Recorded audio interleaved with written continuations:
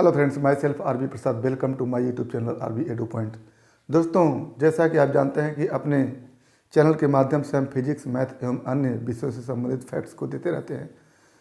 तो यदि आप हमारे चैनल पर पहली बार हैं तो प्लीज़ चैनल को सब्सक्राइब कर लें ताकि हमारे द्वारा दिए गए हर वीडियो क्लिप का नोटिफिकेशन आपको मिलता रहे। पिछले के वीडियो क्लिप में हमने सूक्ष्मदर्शी को देखा था, सरल सूक्ष्मदर्शी को देखा था एवं दर्शन कोण को देखा था।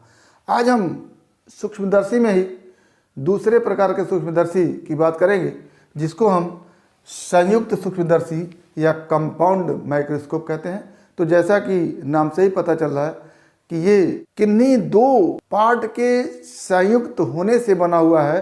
तो संयुक्त सूक्ष्मदर्शी वस्तुतः दो उत्तल लेंसों के संयोग से बना हुआ है, इसलिए इसका नाम संयुक्त सूक्ष्मदर्शी रहा, कंपाउंड माइक्रोस्कोप रहा। तो इसमें दो उत्तल लेंस होते हैं जो अलग अलग वस्तु के प्रतिबिंब को बढ़ाते हैं और अंतिम स्थिति में बहुत छोटे वस्तु का प्रतिबिंब बहुत बड़ा बन के हमारे सामने आता है और छोटी वस्तु का प्रतिबिंब हम बड़ा देखते हैं। तो जहाँ तक रही इसकी संरचना की बात, तो हम संरचना में देखते हैं कि इसमें एक नलिका होती है और उस नलिका में एक लेंस लगा होता है। ये लेंस आकार में छोटा होता है और इसकी फोकस दूरी भी कम होती है। यानी आकार में छोटा होने का मतलब इसका द्वारक छोटा होता है और इसकी फोकस दूरी कम होती है। जैसे लेंस अगर ये हो तो ये इसका द्वारक होता है, तो आकार जितना ही छोटा होगा इसका द्वारक उतना ही छोटा होगा। तो लेंस का द्वारक छोटा होता है और उसकी फोकस दूरी कम होती है। और ये लेंस वस्तु की तरफ होता है। तो एक नलिका में उसके एक सिरे पर एक छोटी फोकस दूरी और छोटे द्वारक का लेंस होता है जो वस्तु की तरफ होता है, इसलिए इस लेंस को अविदृश्यक लेंस कहते हैं, ऑब्जेक्टिव लेंस कहते हैं। दूसरी नलिका के एक सिरे पर एक बड़ी फोकस दूरी और बड़े द्वारक का लेंस होता है जो नेत्र की तरफ होता है, इसलिए इसको नेत्रिका कहते हैं, आई पीस कहते हैं। अब दोनों नलिकाएं एक दूसरे से जुड़ी होती है और इस प्रकार से समायोजित होती है कि लेंसों के बीच की दूरी कम अथवा अधिक किया जा सके। यानी ये दोनों नलियां दंतुर दंड चक्र व्यवस्था रैक पिनियन अरेंजमेंट के सहयोग से एक दूसरे से इस प्रकार से समायोजित होती हैं कि आपस में खिसकती रहती हैं और दोनों लेंस के बीच की दूरी कम अथवा अधिक होती रहती है। तो ये इसकी संरचना हो गई। अब सिद्धांत की बात करें तो पहला सिद्धांत तो ये होता है कि यदि किसी वस्तु को किसी लेंस के फोकस एवं वक्रता केंद्र के बीच रखा जाता है तो उसका प्रतिबिंब वास्तविक उल्टा एवं वस्तु से बड़ा बनता है। ये है हमारा अविदृश्यक लेंस।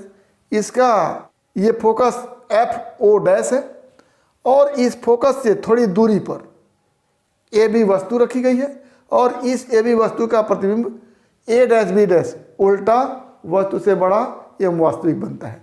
ये पहला सिद्धांत हुआ कि यदि किसी लेंस के सामने उसके फोकस से कुछ दूर पर कोई वस्तु रखी जाती है तो उसका प्रतिबिंब वास्तविक, उल्टा एवं वस्तु से बड़ा बनता है। दूसरा सिद्धांत जो इसका होता है कि यदि किसी लेंस के फोकस एवं लेंस के बीच वस्तु रखी जाती है तो उस वस्तु का प्रतिबिंब आभासी, सीधा एवं वस्तु से बड़ा बनता है। तो यहाँ पर ये वस्तु AB है, इस AB का प्रतिबिंब इस ऑब्जेक्टिव लेंस अविदृश्यक लेंस के सहयोग से A', B' बन रहा है जो इस वस्तु से बड़ा है, वास्तविक है एवं उल्टा है। अब ये तो पहले सिद्धांत के तहत बना।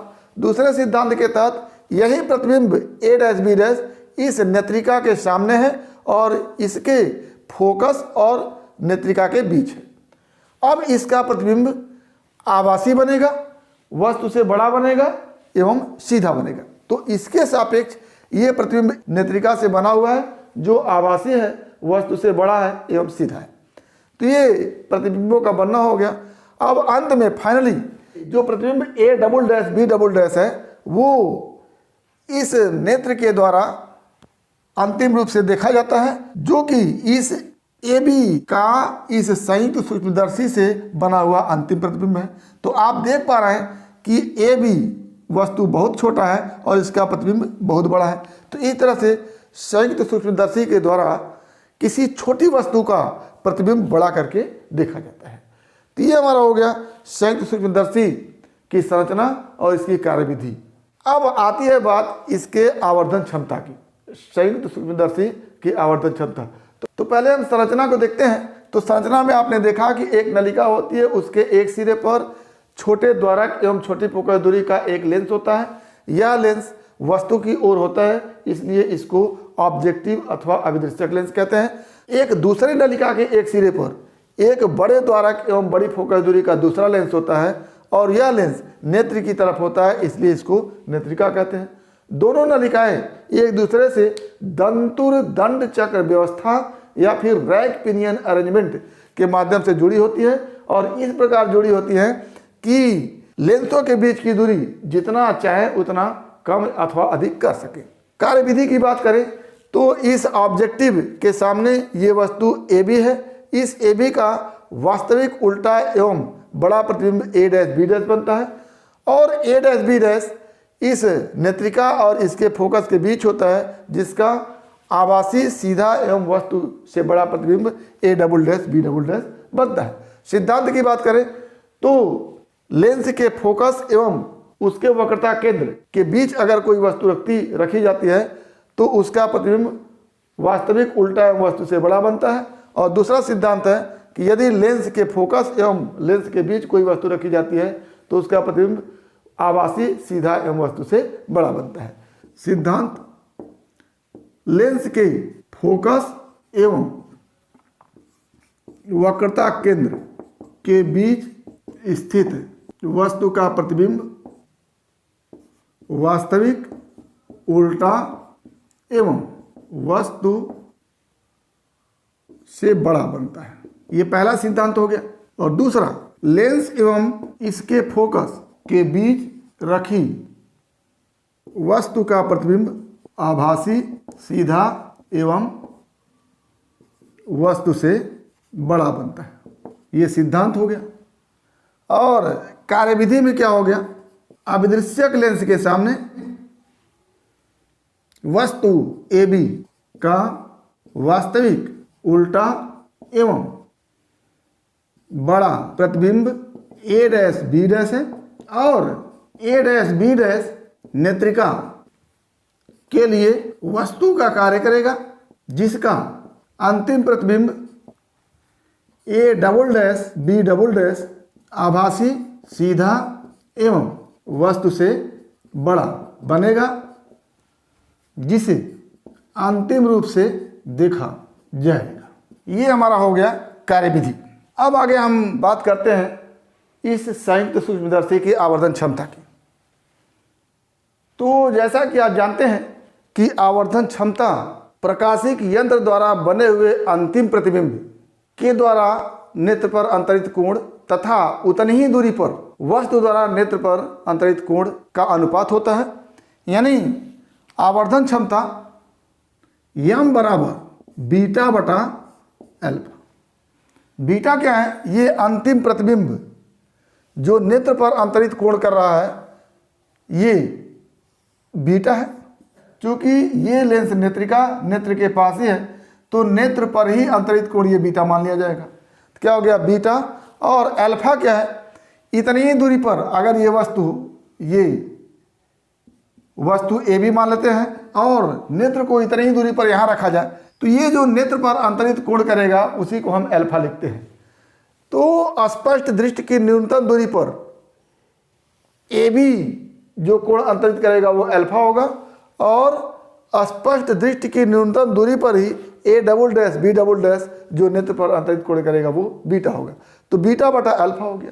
अब चूंकि अल्फा और बीटा अत्यंत छोटे हैं, अल्फा एवं बीटा के अत्यंत छोटे होने पर आप beta is equal to ten beta भी लिख सकते हैं और alpha is equal to ten alpha भी लिख सकते हैं। तो अब बीटा की जगह टेन बीटा लिख दीजिए और अल्फा की जगह टेन अल्फा लिख दीजिए।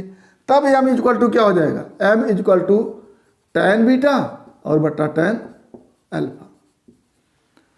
tan बीटा का मान देखिए, ये एंगल बीटा है, तो tan बीटा का मान क्या हो सकता है, ये लंब हो गया और ये आधार हो गया। तो क्या हो जाएगा, a dash b dash implies that m is equal to a dash b dash बटा, और ये आधार, ये लंब है a डैश b डैश और ये आधार इस नेत्रिका से इस a डैश b डैश की दूरी, और इसको आप लिखेंगे UE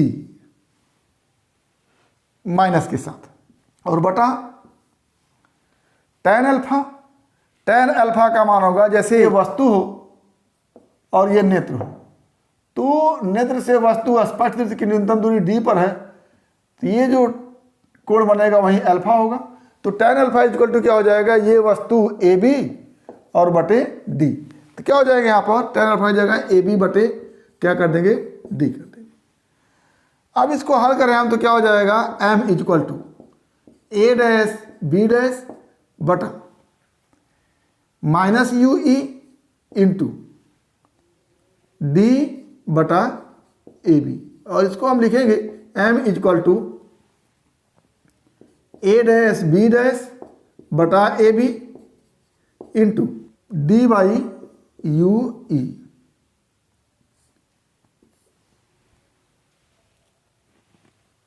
ये हमारा हो गया m इक्वल टू। अब a डैश b डैश क्या है, a डैश b डैश इस अभिदृश्यक लेंस द्वारा प्रतिबिंब की लंबाई है और AB क्या है, वस्तु की लंबाई है। तो आप जानते हैं कि प्रतिबिंब की लंबाई I बटा वस्तु की लंबाई O इक्वल टू क्या हो जाता है, V बटा U। तो जहाँ पर a डैश b डैश बटा AB है, वहाँ पर हम V बाई U लिख सकते हैं, और V कौन सा, अभिदृश्यक लेंस वाला भी होगा, तो VO बटा UO।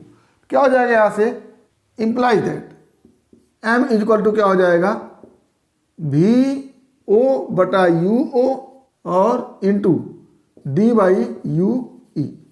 अब यहाँ पर VO पॉजिटिव है और UO नेगेटिव है, तो VO को पॉजिटिव लिख सकते हैं और UO को नेगेटिव, तो कुल मिलाकर के ये नेगेटिव हो जाएगा। अब d बाई UE का मान हमको रखना है, तो यदि अंतिम प्रतिबिंब स्पष्ट दृष्टि की न्यूनतम दूरी पर बने, तो नेत्रिका के लिए देखेंगे कि VE equal to D, FE focus दूरी होगा नेत्रिका का, और UE क्या हो जाएगा, नेत्रिका से इस a डैश b डैश की दूरी। तो 1 बाई FE इक्वल टू क्या लिख सकते हैं, 1 by VE minus 1 by UE। तो यहाँ से क्या हो जाएगा, 1 by FE equal to VE की जगह D लिखेंगे तो 1 बाई D, ये माइनस के साथ होगा क्योंकि नेत्रिका से पहले ये दूरी D है, और माइनस 1 बाई UE, ये भी माइनस होगा। अब यहाँ से अगर हम D से गुणा कर दें तो D by FE equal to minus 1 और minus D upon U। UE भी माइनस है तो ये भी माइनस हो जाएगा, तो ये प्लस हो जाएगा। अब D बाई UE को क्या लिख सकते हैं, यहाँ से D by UE equal to 1 plus D by FE।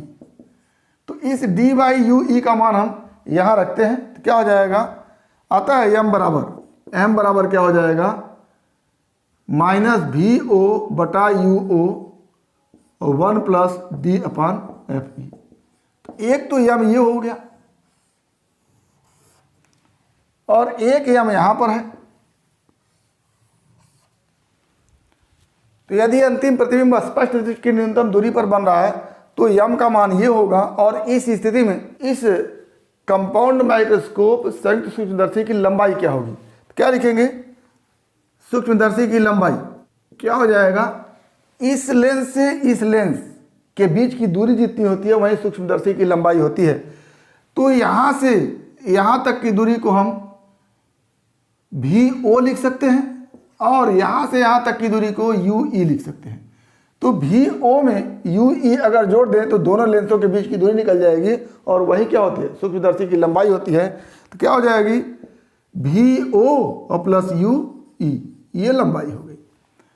अब दूसरा स्थिति आता है कि यदि अंतिम प्रतिबिंब अनंत पर बने, और जब अंतिम प्रतिबिंब अनंत पर बनेगा तो इस लेंस से अगर प्रतिबिंब अनंत पर बनेगा तो स्वाभाविक है कि वस्तु कहाँ होगा, इस लेंस के फोकस FE पर होगा। तो इस UE की जगह हम क्या लिख देंगे, FE लिख देंगे। तो क्या हो जाएगा, अतः UE बराबर FE हो जाएगा। तब लेंस के लिए रेखीय आवर्धन क्या हो जाएगा, VO/UO इंटू D/FE। क्या हो गया, अतः M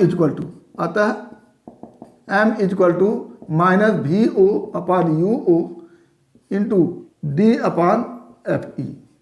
ये हो गया आवर्धन क्षमता। एक ये फार्मूला हो गया आवर्धन क्षमता का।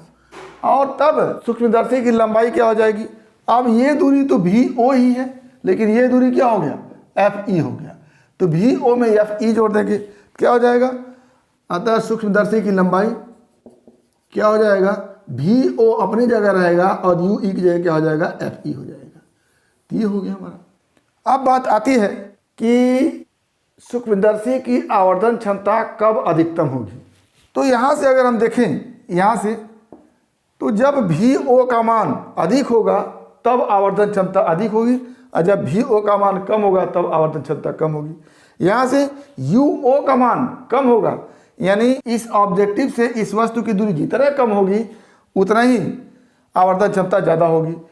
तो चूंकि आवश्यक है कि इस F से बाध्यी वस्तु को रखना है, तो UO का मान ज़्यादा से ज़्यादा FO के बराबर होगा। तो ये FO जितना ही कम होगा, यानी इस अभिदृश्यक लेंस की फोकस दूरी जितना ही कम होगी, UO उतना ही कम होगा। इसीलिए इस अभिदृश्यक लेंस की फोकस दूरी को कम से कम दिया जाता है। यानी इस सूक्ष्मदर्शी की आवर्धन क्षमता इस लेंस के FO फोकस दूरी पर निर्भर करता है। जितना ही कम फोकस दूरी होगा उतना ही अधिक आवर्धन क्षमता होगा। और जब FO कम होगा तो ऐसी स्थिति में वस्तु और नज़दीक होगी तो VO का मान और ज़्यादा होगा। कुल मिलाकर के अंतिम स्थिति ये होती है कि इस अभिदृश्यक लेंस की फोकस दूरी जितना ही कम होगी, इसकी आवर्धन क्षमता उतना ही ज़्यादा होगा। दूसरा इसी में देखते हैं, FE का मान जितना ही कम होगा उतना ही आवर्धन क्षमता अधिक होगा, लेकिन FE का मान हमेशा FO से अधिक होना चाहिए। तो ऐसी स्थिति में कुल मिलाकर के हम कहेंगे कि सूक्ष्मदर्शी की आवर्धन क्षमता दोनों लेंसों की फोकस दूरियों पर निर्भर करता है। फोकस दूरी इस प्रकार से समायोजित करते हैं कि आवर्धन क्षमता अधिक से अधिक हो। तो ये हमारा हो गया संयुक्त सूक्ष्मदर्शी क्या होता है, उसकी रचना क्या होती है, उसका सिद्धांत क्या होता है, कार्यविधि क्या होता है, उसकी आवर्धन क्षमता जब अंतिम प्रतिबिंब स्पष्ट दृश्य की न्यूनतम दूरी पर बनता है तब वो क्या होता है, और उसकी आवर्धन क्षमता जब अंतिम प्रतिबिंब अनंत पर बनता है तब क्या होता है। तो इन सब तथ्यों को हमने विस्तृत रूप से देखा। उम्मीद करते हैं कि टॉपिक आपको समझ में आया होगा। अगर इसमें किसी प्रकार की समस्या है तो आप हमारे YouTube चैनल के कमेंट बॉक्स में कमेंट करके अपनी समस्या का समाधान करेंगे। और यदि वीडियो क्लिप पसंद आए तो प्लीज़ लाइक करेंगे, शेयर करेंगे, साथ ही हमारे YouTube चैनल को सब्सक्राइब अवश्य करेंगे, ताकि इस तरह के वीडियो क्लिप का नोटिफिकेशन आपको मिलता रहे और आपकी फिजिक्स की मुकम्मल तैयारी होती रहे। तो आज बस इतना ही। अगला टॉपिक अगले वीडियो क्लिप में। एक बार फिर आपके भविष्य के लिए बेस्ट ऑफ लक। धन्यवाद।